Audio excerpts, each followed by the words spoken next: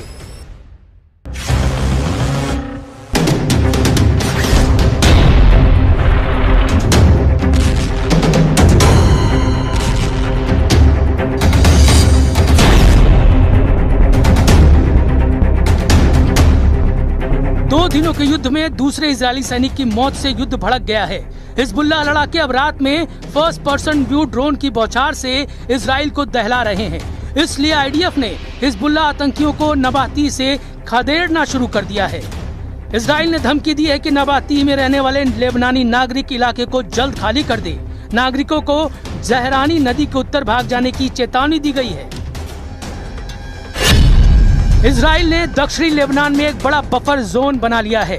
ये buffer zone Lebanon के कुल क्षेत्रफल का लगभग 10% हिस्सा है, जिसकी सीमा इजराइल से लिटानी नदी और भूमध्य सागरीय तट से लेकर सीरियाई सीमा माउंट हार्मोन तक है।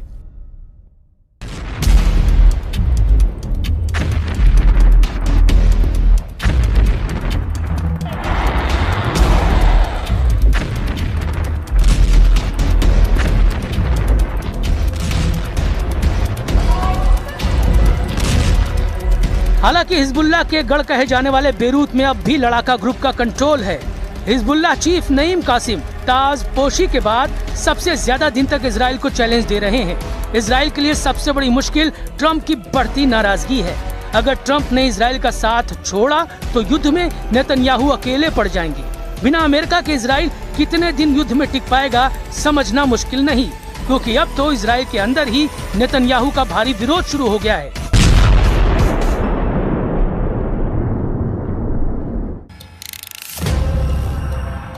एक तरफ दक्षिण लेबनान में इजराइल नए नए किले फतह कर रहा है। दूसरी तरफ उन किलों पर कब्जा जमाए रखने के लिए नेतन्याहू के सामने सैनिकों का संकट खड़ा हो गया है। इजराइल के कंट्रोल वाले पश्चिमी यरूशलेम में कोहराम मचा हुआ है।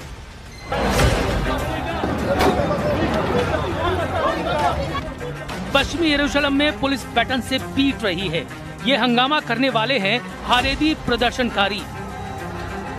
इन्होंने सेना में भर्ती के खिलाफ मोर्चा खोला हुआ है। हारेदी यहूदियों की रैली नेतन्याहू को बार बार चैलेंज कर रही है।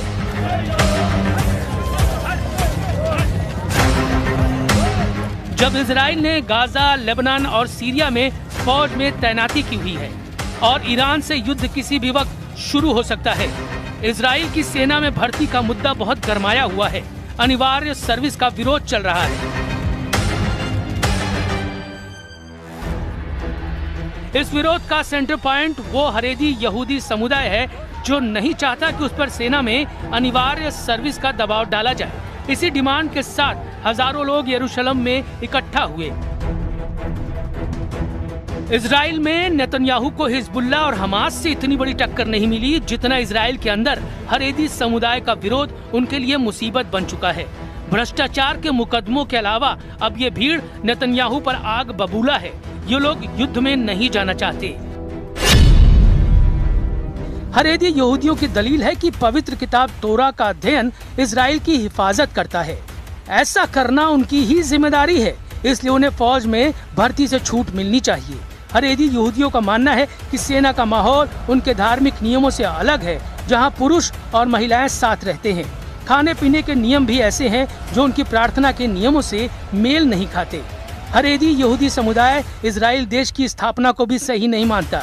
ऐसे में हारेदी युवाओं की धार्मिक आस्था कमजोर होती है।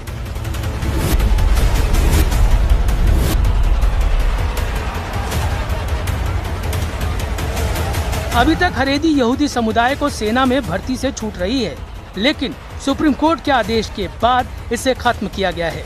नेतन्याहू के गठबंधन वाले साथी भी यही चाहते हैं। ऐसे में नेतन्याहू सरकार से हारेदी समुदाय की टक्कर तेज होती जा रही है, लेकिन नेतन्याहू की दिलेरी से दुश्मन वाकिफ है।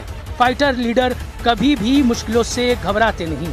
दुश्मनों की भीड़ कितनी ही बड़ी क्यों न हो, इजराइल टकराने से बचता नहीं। इजराइल जमकर लड़ रहा है। फैसला ट्रम्प को करना है कि वो साथ देंगे या नहीं, क्योंकि ये युद्ध इजराइल से ज्यादा उनकी साख का सवाल है।